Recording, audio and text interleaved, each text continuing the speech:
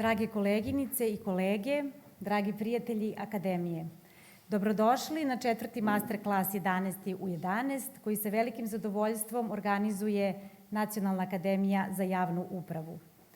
Ideja koja je inicirala ovaj niz događaja je naša želja da se obratimo vama, zaposlenima u javnoj upravi Republike Srbije, kao nosiocima reforme i stubovima sistema. Želimo da vam pružimo priliku da iz prve ruke slušate i učite od renomiranih svetskih stručnjaka iz različitih oblasti. Danas nam je čast i posebno zadovoljstvo da vam predstavimo njegovu ekscelenciju, gospodina Kristofera Hila. Gospodin Hil je ambasador Sjedinjenih Američkih Država u Republici Srbiji, karijerni diplomata, vrsni poznavalac Balkana i naših ljudi i karika koja spaja naše dve zemlje. Your Excellency, I will pass the floor to you now.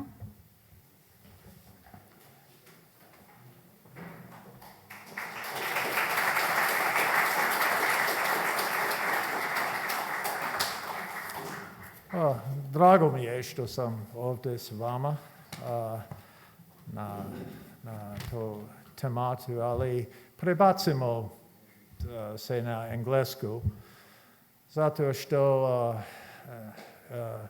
vi ste primetili da je teško zemno da sa srpskom jezik i ja sam primetio da je teško za vama da mi slušate srpski.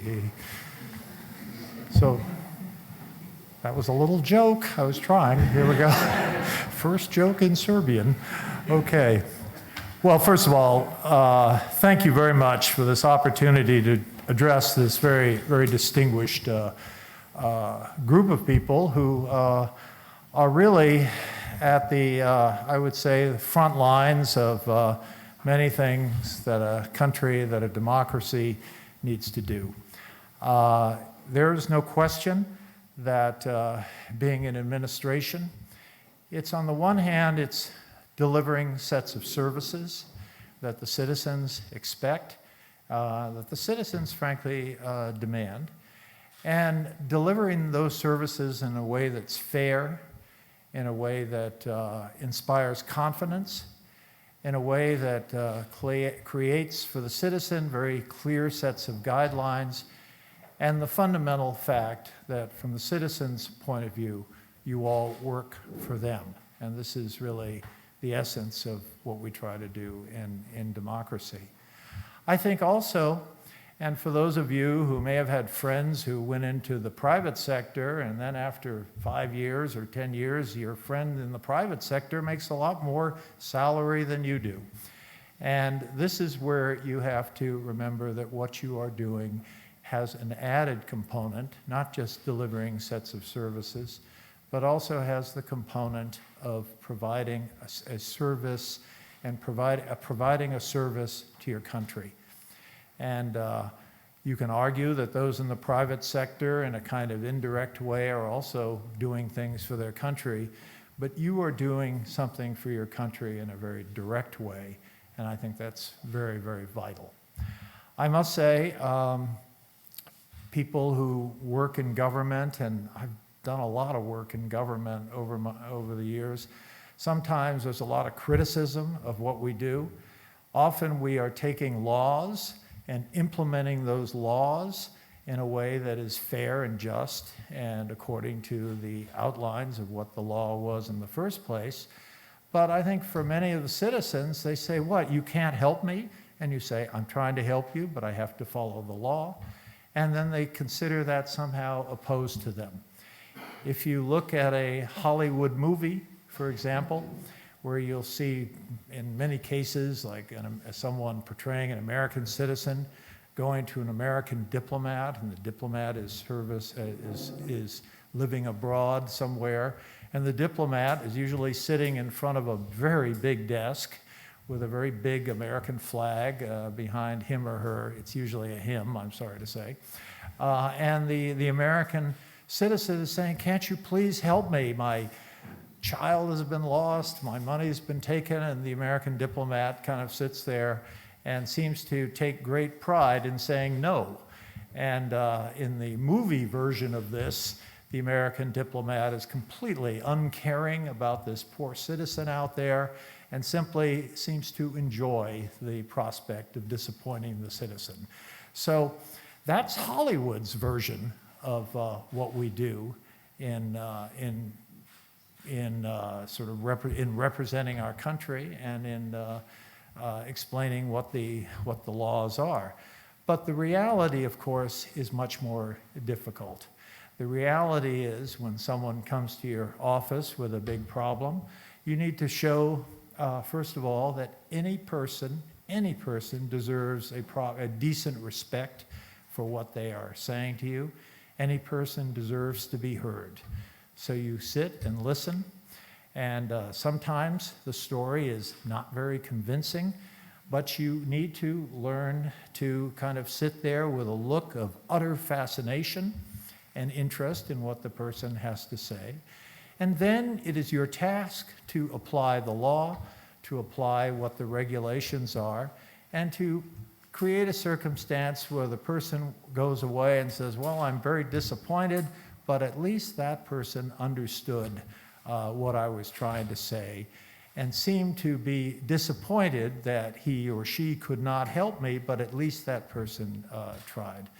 And so I think developing empathy as a skill set, I think is very, very important, because most people in most countries don't understand that we are governed by laws, not by people. We are governed by laws, and people have to implement those laws, but we are governed by laws. And so that is, I think, for anyone in public administration, sort of the first thing you have to understand, and the first thing you really have to convey to others. One of the big issues, of course, in any workforce is how you can work together. I mean, it's not just that you are alone doing something, because maybe the person thinks, well, I can somehow frighten this administrator by saying, you know, if you don't do what I want you to do, I'll go to your boss or something. And so ideally, you need something called top cover. That is, you need a situation where you're going to be handling a difficult problem, and you make sure that within your group of people who deal with these sets of issues, there is kind of the same answer that is provided, whether you're in front of the person from the public or it's someone else. So you have to have a sort of understanding of what you're all doing.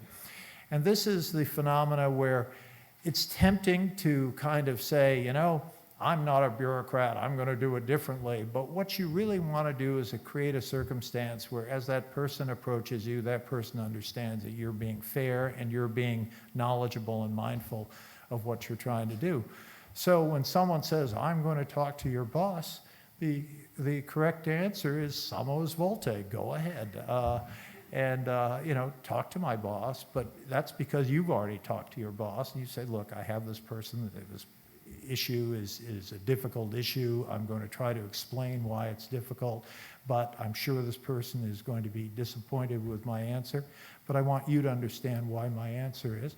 Maybe your boss may even have some other consideration, because, you know, as much as bosses are often vilified in public administration, sometimes the boss is there because the boss has more experience than you do, believe it or not. And so the boss may be able to say, hey, have you thought of handling it this way? So that brings to another issue. You need to have good relations within the service. So in addition to showing the empathy with someone coming from outside, you need to have the kind of good relations inside. You know, anyone filling out, and we have this thing in the State Department called, they used to be called efficiency reports, and now they're called evaluations and evaluation reports. And they usually say things like, is this person knowledgeable? Is this person intelligent? You know, questions like that. And then kind of toward the bottom, does this person get along with other people? I must tell you, in sort of evaluating talent to bring on board, it's usually the case basically everyone knows what they're doing, otherwise they wouldn't have passed the test in order to get to the interview stage of the exam. So you're not really looking for intelligence, you usually have it there. You're not even looking for knowledge because, again, someone has passed some exam, whether it's a civil service exam or, in my case, a foreign service exam. So it's not even the knowledge. So it's not intelligence, not knowledge, because everyone seems to have it. So what separates the good from the not as good? And the answer is empathy and how you deal with other people. And dealing with other people, people think, well, that's not a skill set I can really master. After all, you're born being a pain in the neck, or you're born being a good person that everyone wants to talk to. Not true. You can work on that. I've seen good people become bad people, but I've seen many people who did not have that sense of how to work with others to become better and pretty good at it.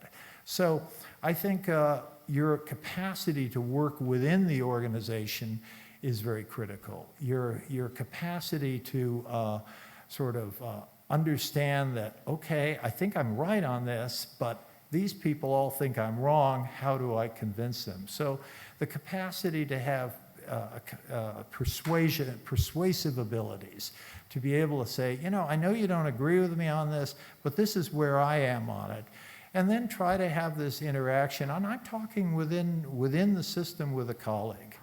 And sometimes you'll find, well, maybe the colleague's motivation is not to find the truth, but rather to do something else. Then you have a problem, but that's part of this capacity to understand, as we say, where people are coming from. And it's also part of this, the capacity to develop sort of emotional intelligence, understanding where people are coming from, what their motivations are. In negotiation, people always think that's a negotiation is only for negotiators. No, negotiations are for just everything in life when you're dealing with other people. And then you'll find, well, wait a minute, this issue is important to me. That issue, the issue that's important to the person I'm talking to is not so important to me. So how can I trade these issues and try to come out ahead? So you start thinking the way a financial person does arbitrage in terms of, well, if I sell this in this place, I buy it in that place, I'll make some money. So you start thinking to yourself, if this issue is important to me, less important to that person, I should be able to sell it to that person, but maybe that person wants something back, so let me think if there's something that's not important to me that's important to that person, and then you can find an exchange. So really, to be in public administration is to engage just the whole range of capacities to understand people, to understand issues, and to really, at the end of the day, to understand that you're there not just to apply rules, but you're there to make things better for everybody. And I think that's where this concept of public service really comes in. There's a lot of talk, in fact, there are tons of programs everywhere on the issue of corruption. And I wish it were so simple. I wish it were so simple that you'll see evil people who are corrupt and good people who are not corrupt. And, that would be fairly easy to find the evil people and, punish the evil and reward the good. Frankly, it's more complex, and it often has to do with systems that are created and whether the systems are good systems or bad systems. Now, when I was right out of college, where we try to learn things in college, but frankly speaking, you probably learn more in your first job than you do in college, with due respect to your professors in college. But in my first job, I was a volunteer in an American thing called the Peace Corps, and I went off to a country I'd never heard of before, and frankly haven't been back to since, in West Africa. And my job there was I had all these little credit unions being little village savings associations, and my job was to make sure that the money was all well spent and that we didn't have any corruption problems, et cetera. And I learned that I would have some of these little village banks or credit unions. One would be corrupt and one would not be corrupt.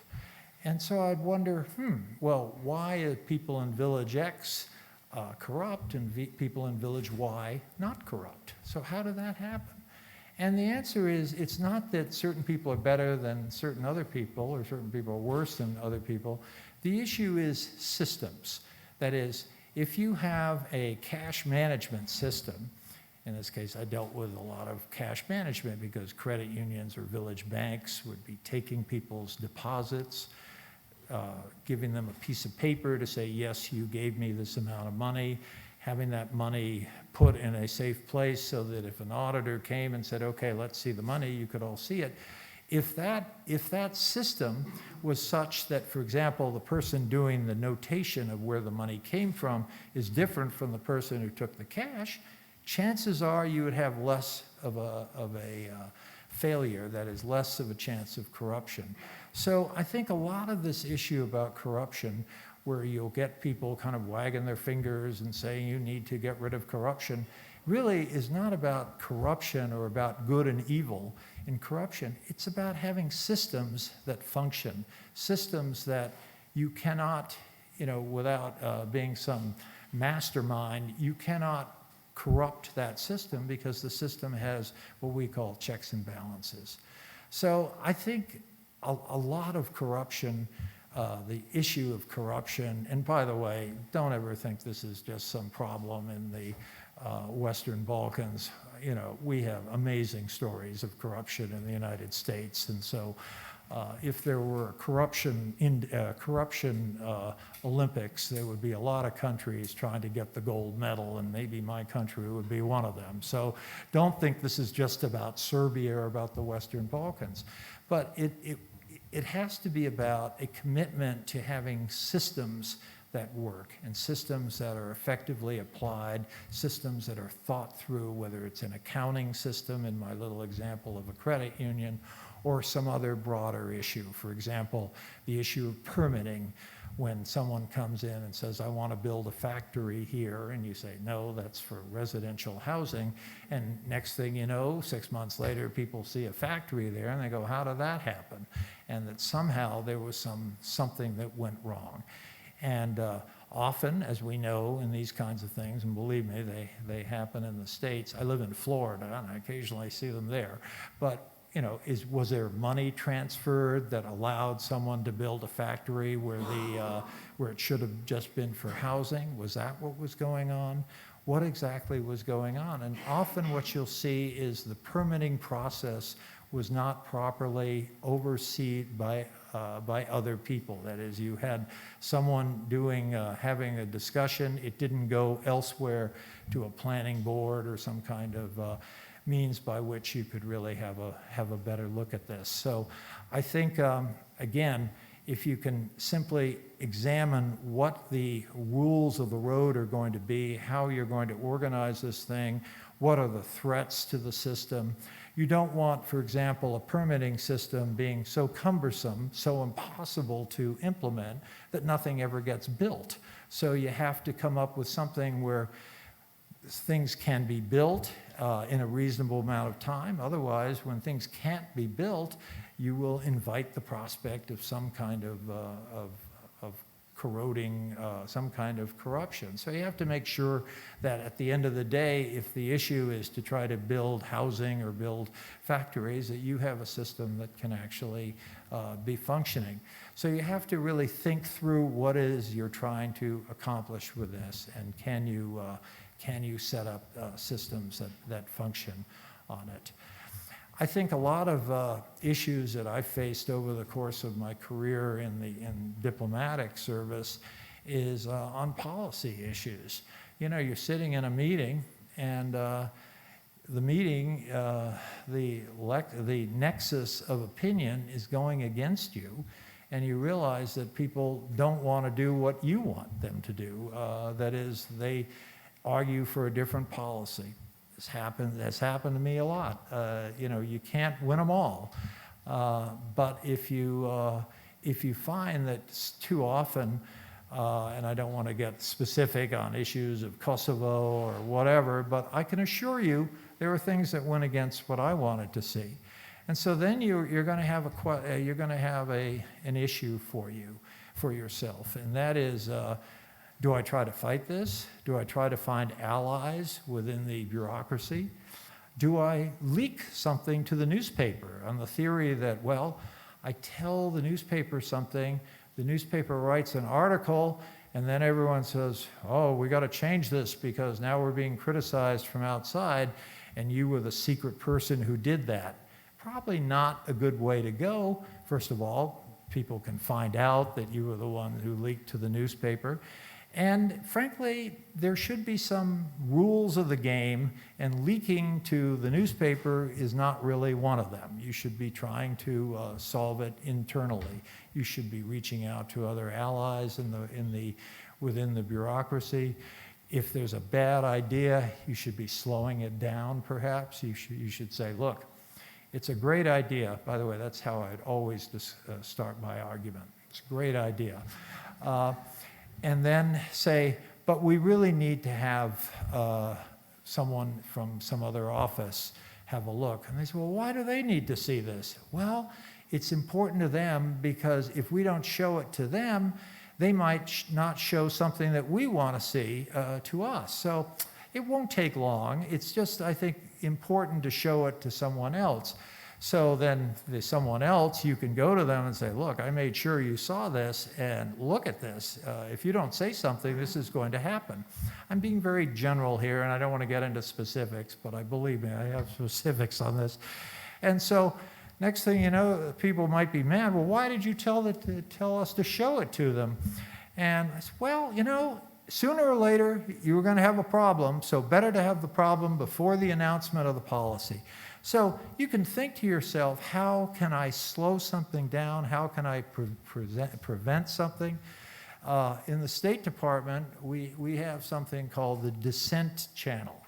That sounds like a beautiful idea. It came up back in the mid-'70s, during the Nixon, actually early '70s, when the Nixon administration thought it was a good idea to bomb Cambodia. And a lot of people felt that was a very bad idea because that would simply have the effect of spreading the Vietnam War beyond Vietnam into Cambodia and maybe Laos as well. So a lot of people objected to that policy, but the policy went forward and no one ever really said anything. There were newspaper leaks, which, as I said, I don't think is a very effective way to do it. So they created something called the dissent channel.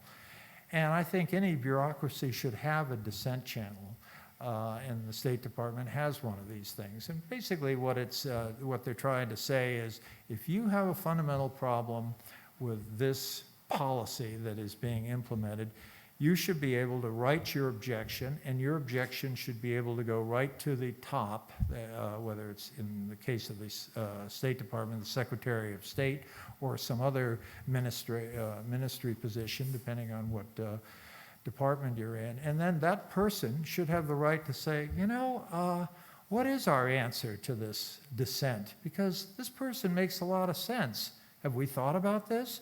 Well, no, sir, we didn't, because we didn't think it was really, well, I think it's important that we think through this. And before you know it, a dissent channel message can be effective, not only in slowing something down and making people, force people to deal with inconvenient and often very good arguments that they hadn't thought of before. So I think the dissent channel message is a very important process in slowing down bad ideas and sometimes preventing bad ideas.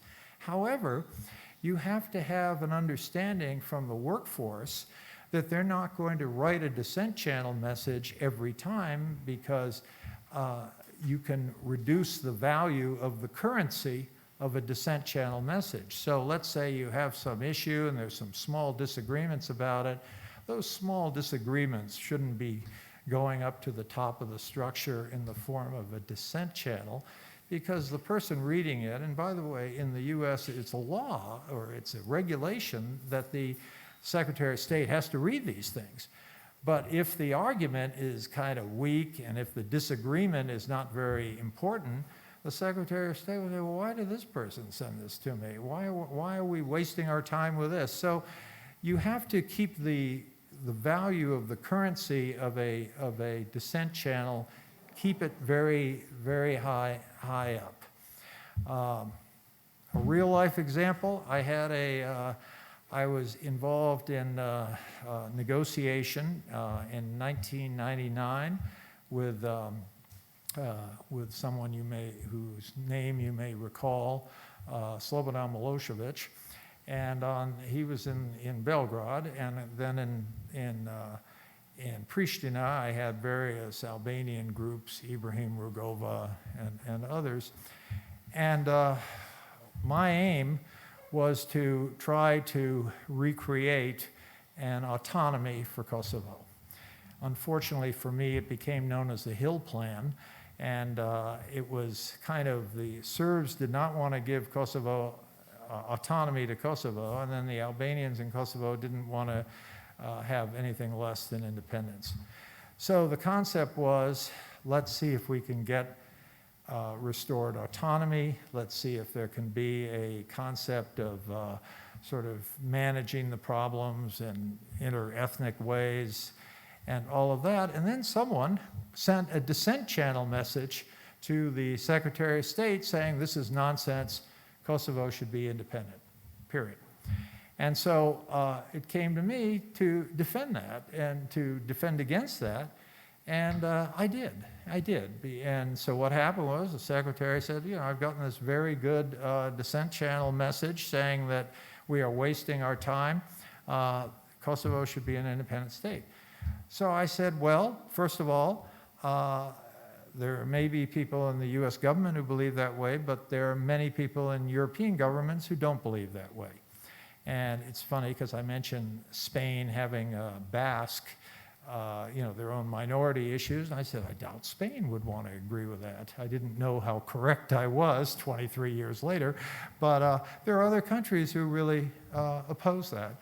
And so I fought back against this dissent channel message. I won, although sometimes in bureaucracy you win for one day and then you lose for the next week, or in this case, the next decade. But the point is, be true to your values. If someone is saying you're wrong, be prepared to explain why you're right. And that's frankly what I tried to do. And then I'd like this to be more interactive because it's a little weird talking to people who are just listening to me, and I hope you're hearing what I'm saying. But one other point, which is I've had some very good jobs in the State Department. I still have a good job in the State Department, I like to think. And one time I got a promotion. I can't even remember what it was, which is interesting because you think at the time you're going to remember every single thing that happens to you, and frankly you don't. And I had I can't call him a friend of mine because he was much more senior than I, a guy named Zbigniew Brzezinski, very famous American public figure and national security figure. And I knew him because I had served in Poland, and Brzezinski had, of course, was probably the most famous Polish American at the time. And so whenever he went to Poland, he would ask, and this was when I was just a desk officer for Poland, Brzezinski would ask to meet me, and then I would, and he would say, I'm going to Poland, I just want to hear your views. I'd give him my views, and then even though he was 30 years my senior, he would come back and then tell me what was really going on in Poland. So it was useful for me, but he claimed it was useful for him as well. So I became a bit of a friend to his. And so I got this promotion once, and Brzezinski heard about it, read about it in the newspaper, and he called me up and said, congratulations, let's have lunch. So I went and had lunch with him in one of those Washington restaurants. It was outdoors off of Connecticut Avenue. And Brzezinski, and I was thinking, that's funny, he certainly didn't have to invite me to lunch for the sake of my promotion, so what's this about?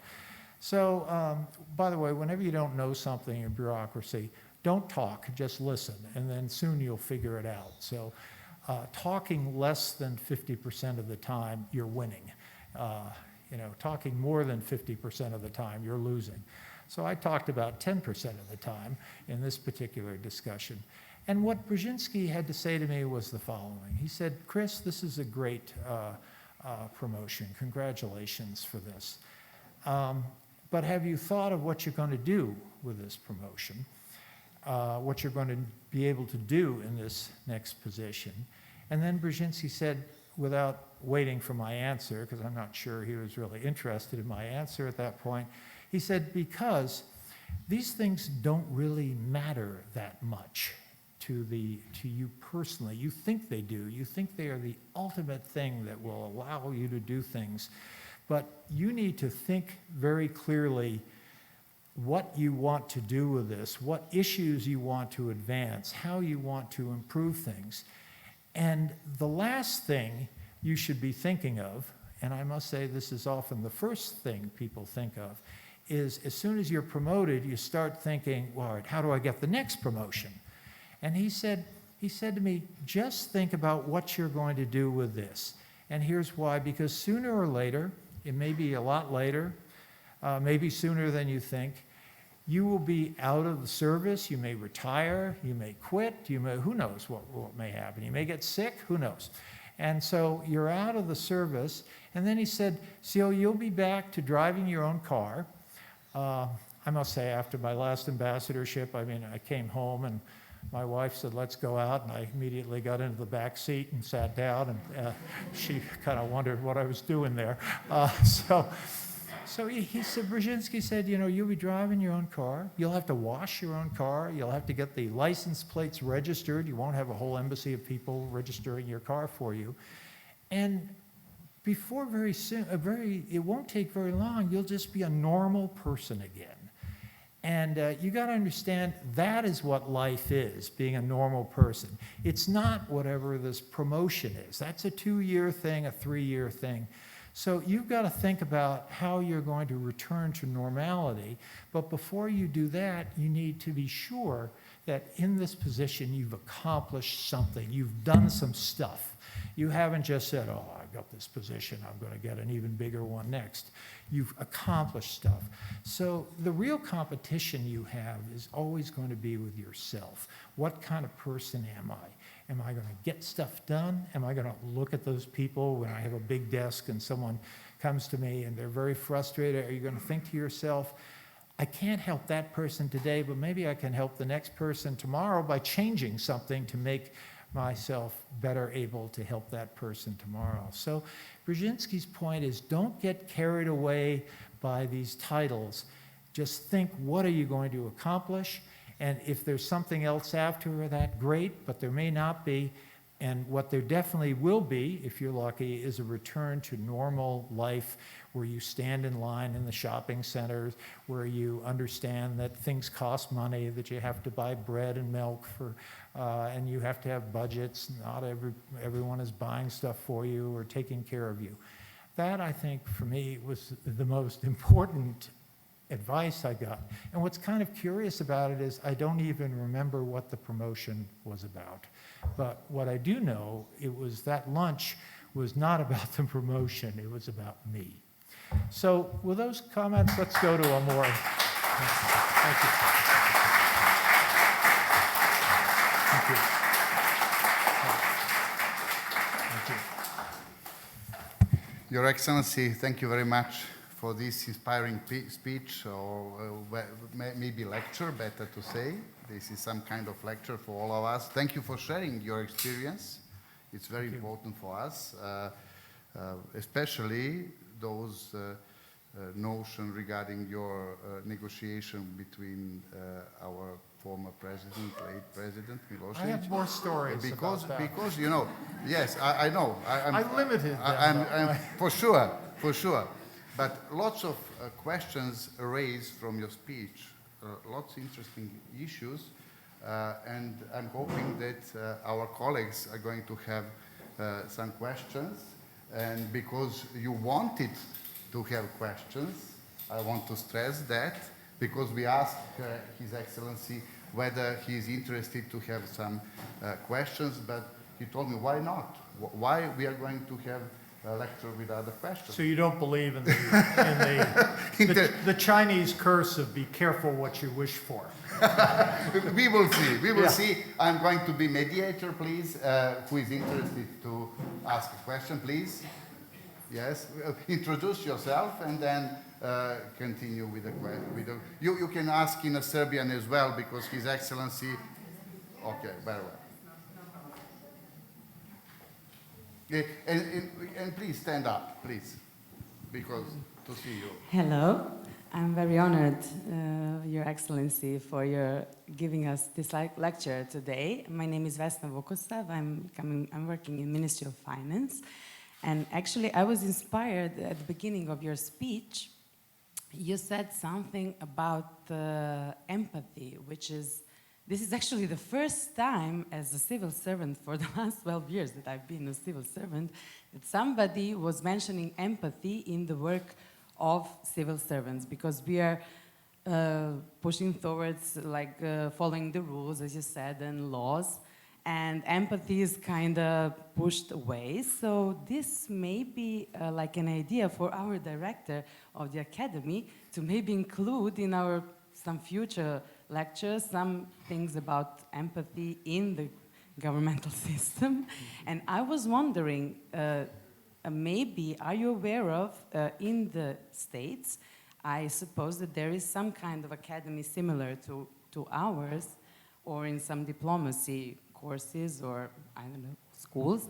Are there some empathy included courses, or can it, you said it can be taught, so this is very crucial because I really think this is important part of the everyday job and any job, not only governmental, so that we understand each other so better. Thank you. You know, I can't speak to graduate schools on that point, although I was a dean at a graduate school in Denver, and no, we didn't have any courses within the international studies program on empathy. I think there are courses you can get, and maybe a law school might address some of that, or maybe psychology program might address some of that.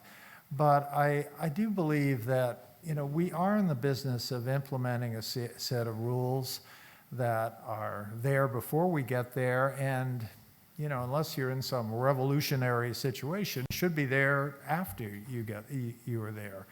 So it is important, as I said, for citizens to have confidence that it's a nation of laws or a nation of rules, and not just a nation of people. But I think to understand, to apply those laws and rules, we are in a people business. I mean, we're not dealing with, you know, producing bricks.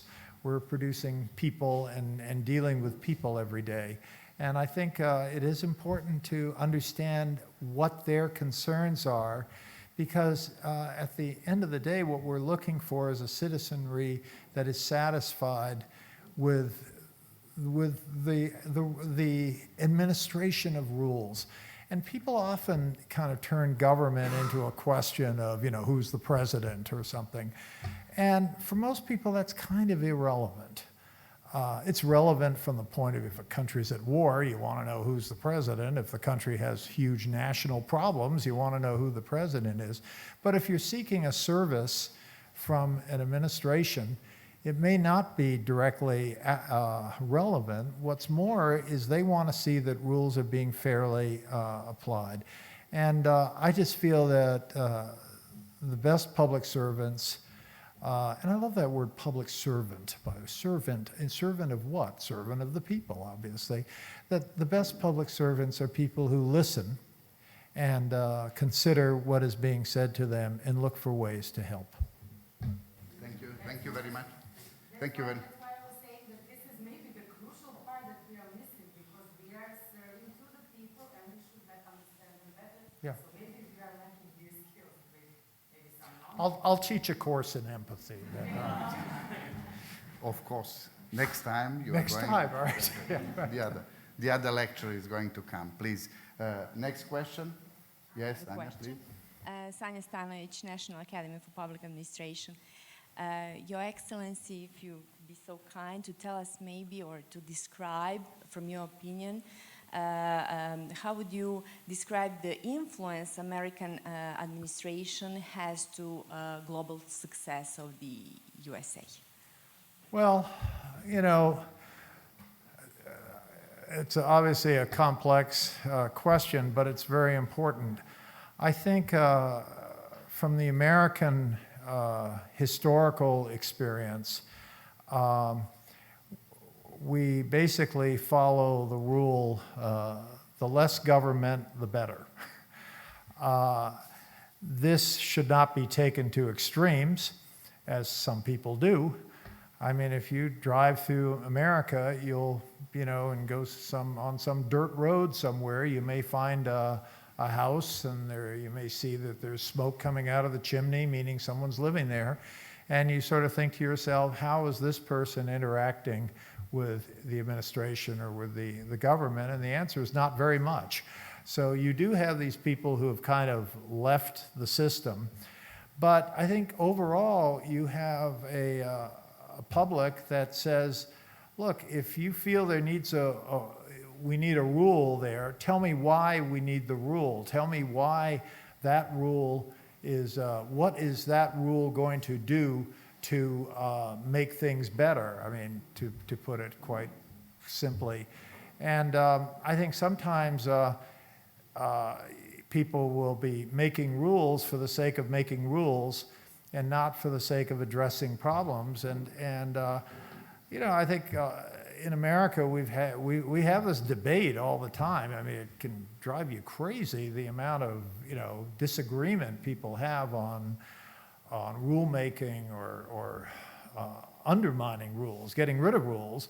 But I think the overall process is of a country that has a leaner approach to things.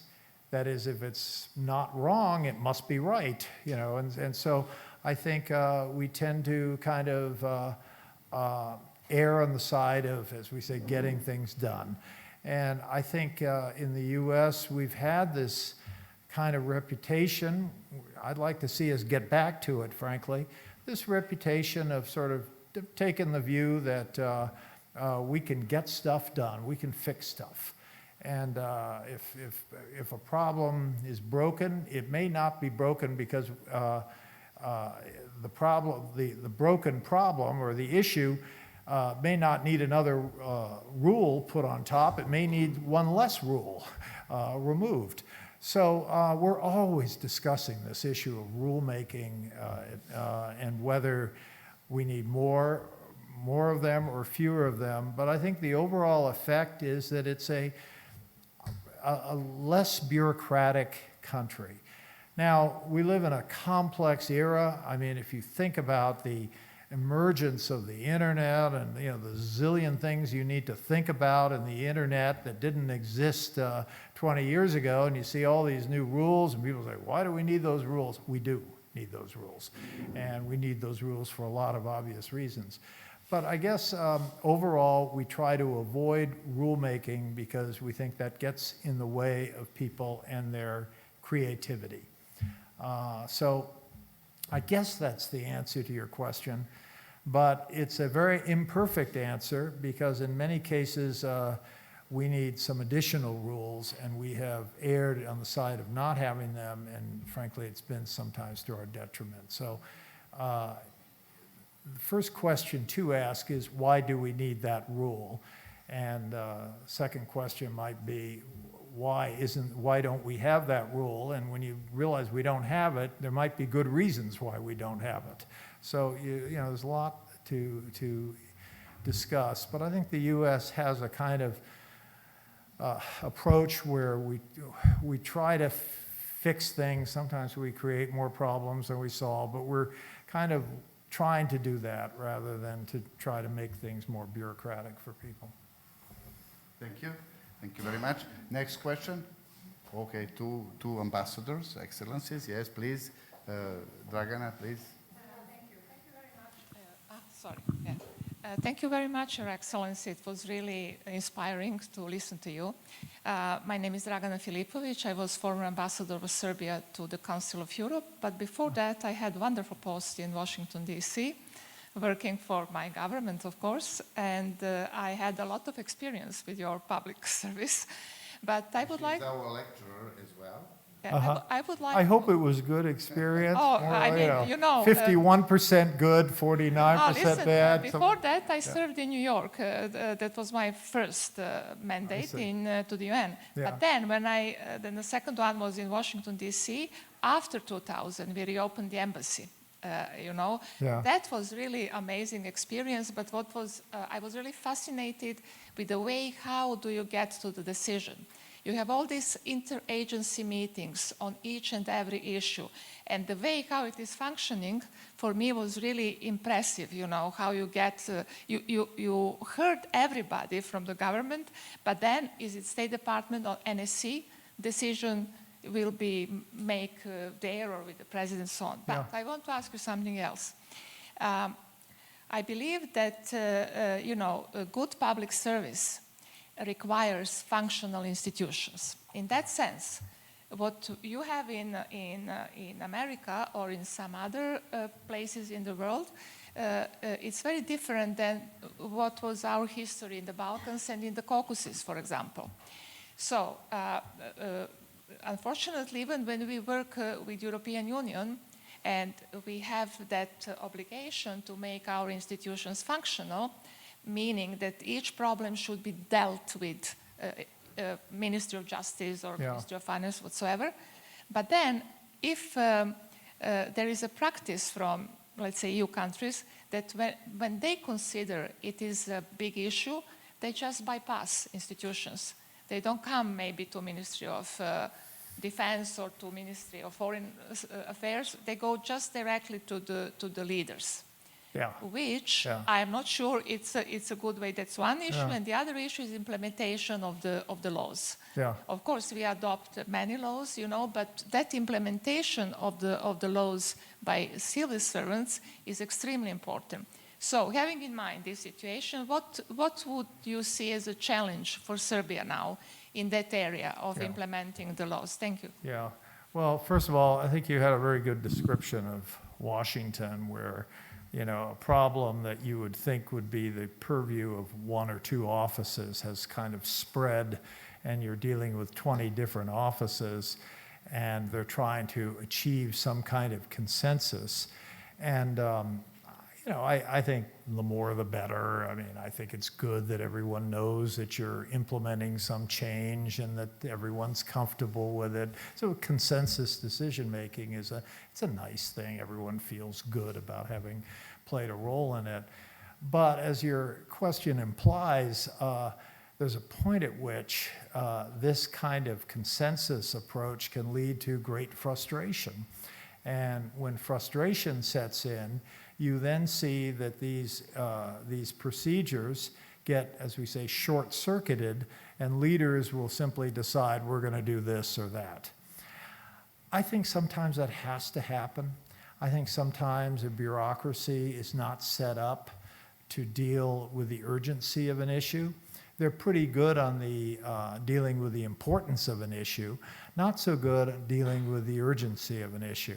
Now, in the U.S. bureaucracy, you often use deadlines. We need that paper by Tuesday night at 5 o'clock. Well, why do you need that paper at Tuesday night at 5 o'clock? I mean, why not Wednesday morning at 10 o'clock? And what you're doing is you're creating deadlines, often artificial deadlines, so that bureaucracies used to dealing with the important, that is writing a 20-page memo because it gives more information than a 5-page memo. Not true, actually. You can usually, if someone's told to write a 5-page memo, they may take more time, but it'll be more concise. But so ultimately, by giving deadlines, you force the bureaucracy not only to deal with important, but also urgent. So when you have the situation that you've described where leaders step in and say, I have to do this, that's kind of a failure of the system. And I think sometimes it has to be done. War or peace is not something where you can wait for memos from some office to decide whether you go to war or not. I mean, that's why you elect leaders at times. But it shouldn't be happening all the time. It should be something that's fairly rare, and where, in fact, people kind of understand the urgency of an issue, and that this time we could not allow the importance to dominate it. We need the urgency to dominate. Importance and urgency are often in conflict with each other. So, yeah, I would worry when I see a lot of that kind of leadership decisions. Do they have the benefit of what 12 different offices have? Maybe not. So maybe they don't really understand the issue very well. And then you have the phenomena of a leader saying, this is what I'm going to do, based on not enough information, but then absolutely, because the person is a leader, just absolutely holds on to this decision like it was the best decision ever made, when in fact, if you had asked a few other people to look at this question, they may not have made that decision.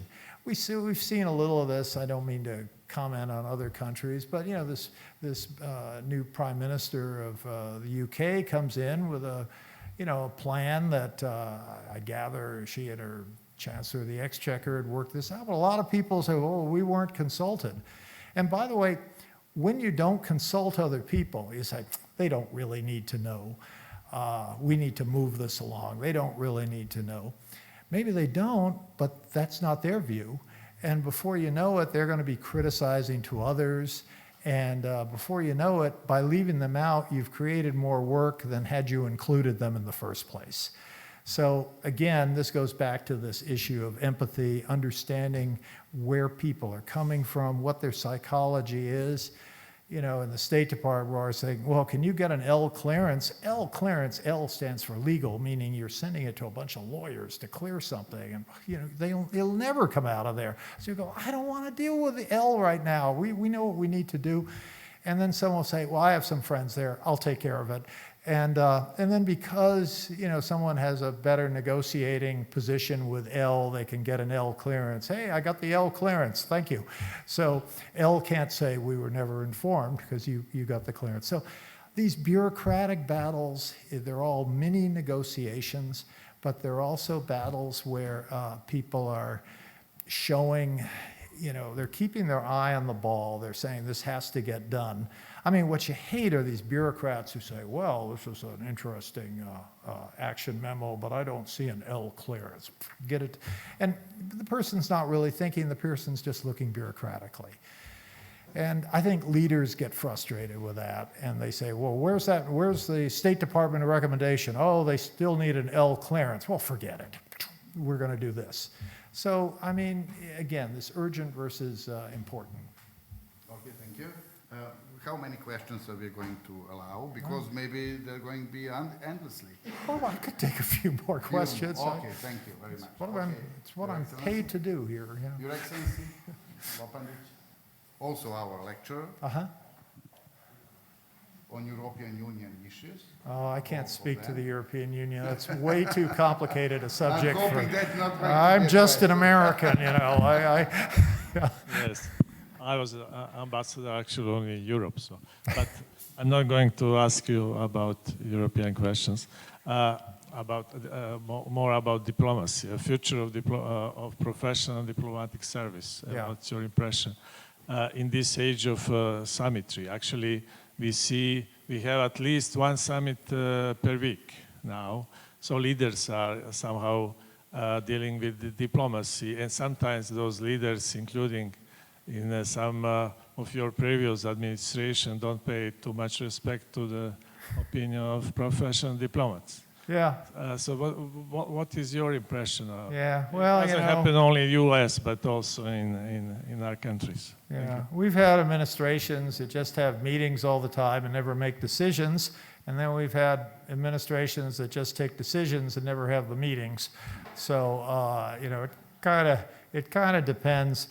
But I would say, as a general rule, and I'm not going to speak to these European summit meetings that are every other day.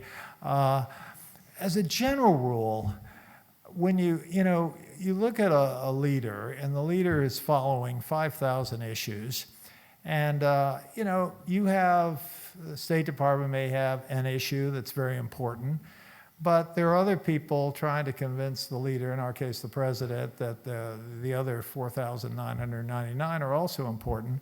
So what you don't want is a situation where the person going into the leaders' meeting is going to kind of make it up and say, well, I kind of liked his argument, so I'll go. Ideally, you want things very scripted in advance.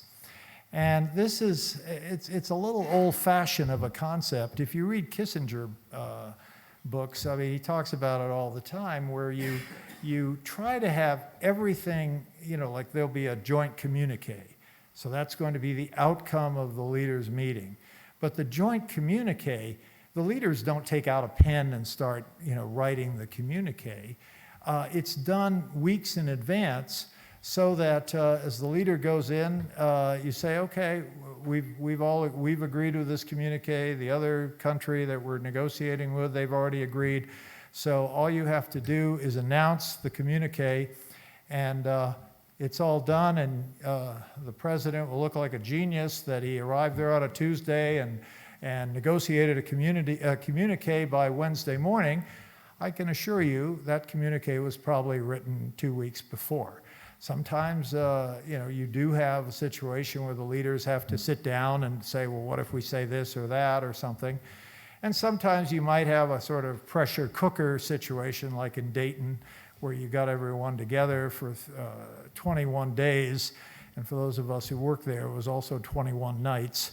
And you tried to work stuff out. So at the end of it, you had an agreement. But normally, you try to have it in advance so that the leaders can just sort of sit and talk about sports or whatever they want to talk about, get to know each other, but the agreement has already been reached. That to me is ideal, but it doesn't happen too often. If there's some serious issue, the leaders need to look at each other and say, look, I understand you want this. And the other leader, no, I never said I wanted that, I want this. And then you have a discussion. And it can be a serious discussion, and you could raise the possibility that you'll have a failure of the meeting, a failure of the summit. Summit fails. And the press, I've never done this, but I'll bet if you Google the word failure, it's a favorite in the press. They just love the word failure.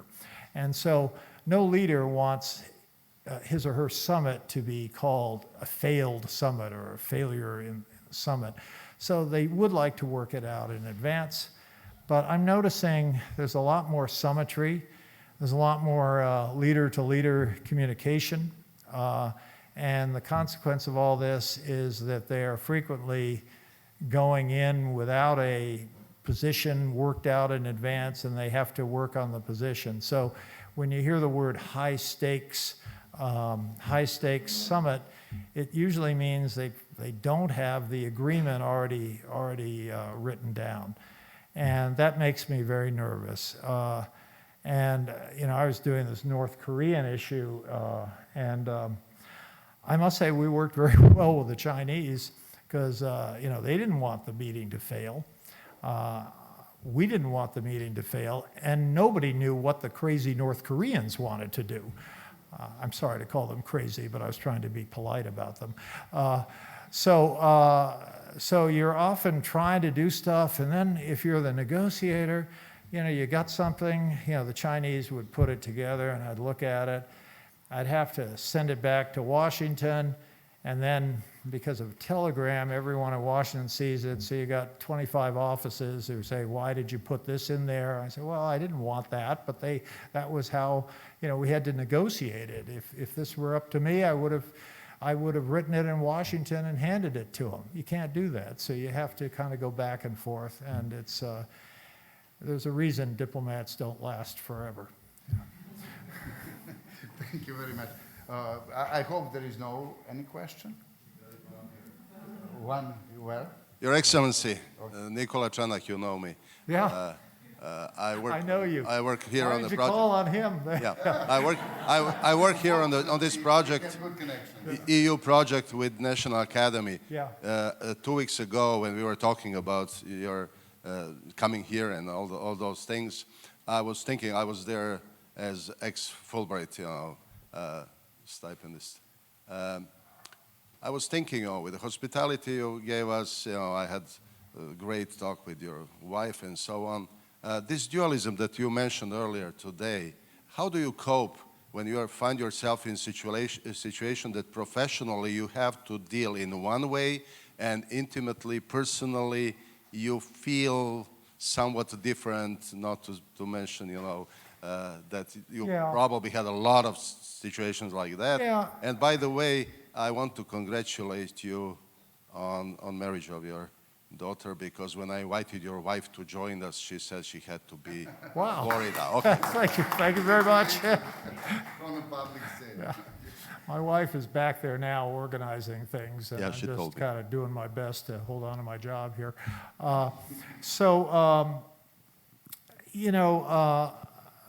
This issue of public diplomacy, as it's called, if I understand the question correctly, you may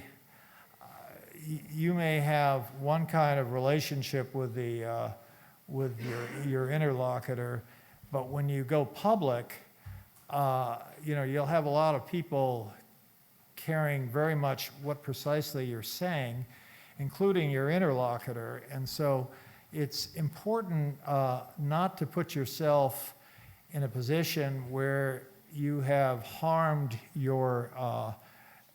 the quality of your negotiation by saying something in public to make some people back in Washington happy, but in the meantime, you've caused damage to what you're trying to accomplish. So you'll find negotiators often a little milder in their criticisms in public because they know that the next day they have to go back and talk to the person. So if you call your negotiating partner a psychopathic murderer, that may affect the quality of your negotiation the next day. So you might want to be careful about the words you choose.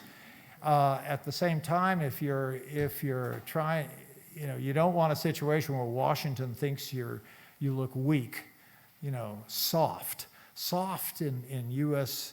In U.S. policy terms. That's the worst thing you could be, is soft. I think that works in Serbia too. I mean, there's nothing wrong with having a soft pillow, but that's all you ever want to have soft in your life. You want to be tough. And I see a lot of that going on here, frankly, so you're no strangers to it.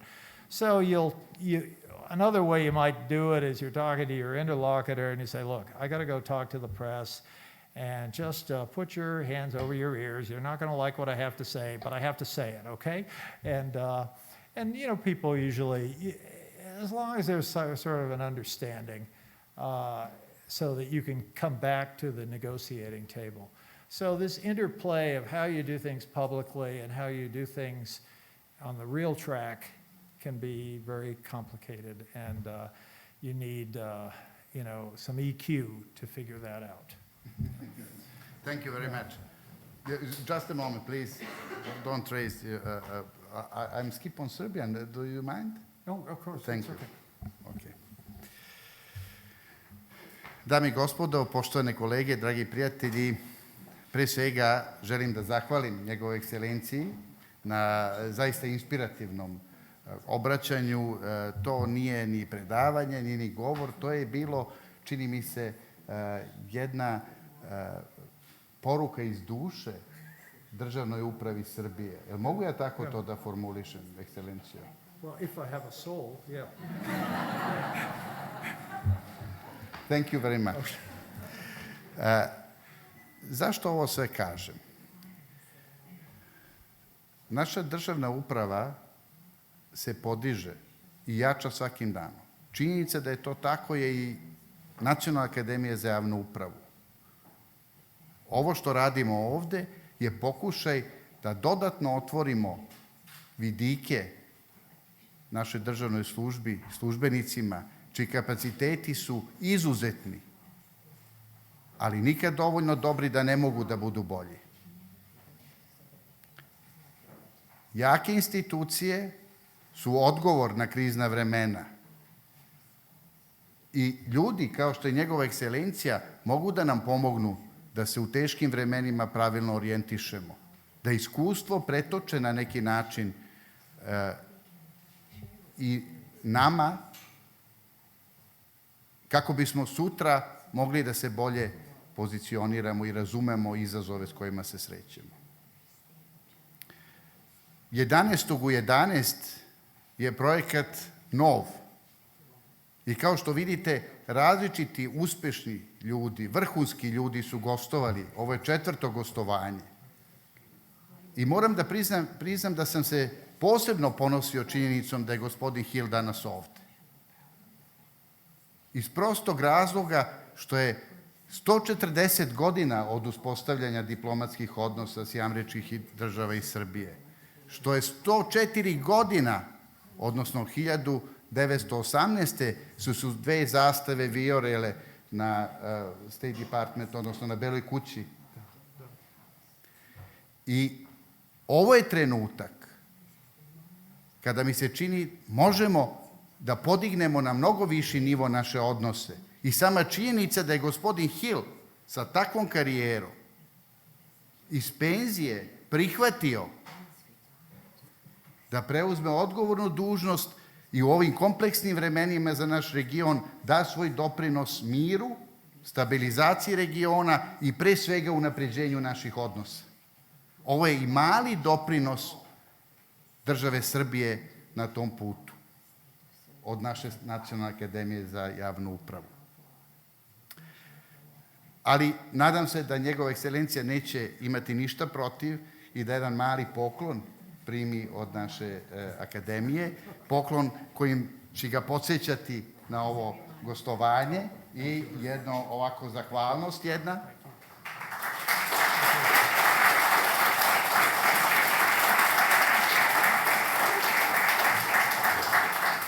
Sa željom da nam ponovo dođe.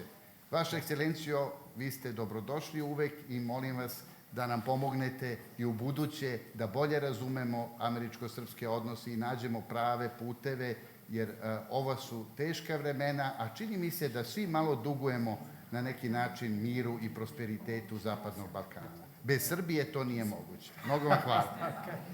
And thank you very much for this.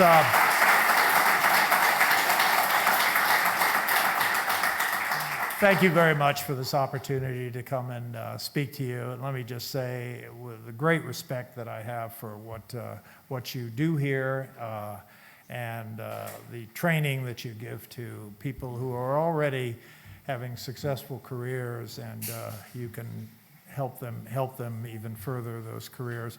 But let me just say, I do believe in the U.S.-Serbian relationship. We have a lot in common. Not just basketball players, but a lot of other things that we can do together. I think we are in very challenging times, no question, but I really value the communication that my government has with your government. We're going to have some senior discussions just later today between Washington and Belgrade. And I do believe that if we can kind of look to the future, always keep our eye on the future, keep an eye on our future, our children's future, we're going to be fine. So thank you. Thank you very much. And please, molim vas, koktel je tamo, a štampa može da dođe i da par pitanja, samo njegova ekscelencija je već dugo ovde i strpljenje, da prosto i to je bila njegova želja da se obrati ako treba u par navrata.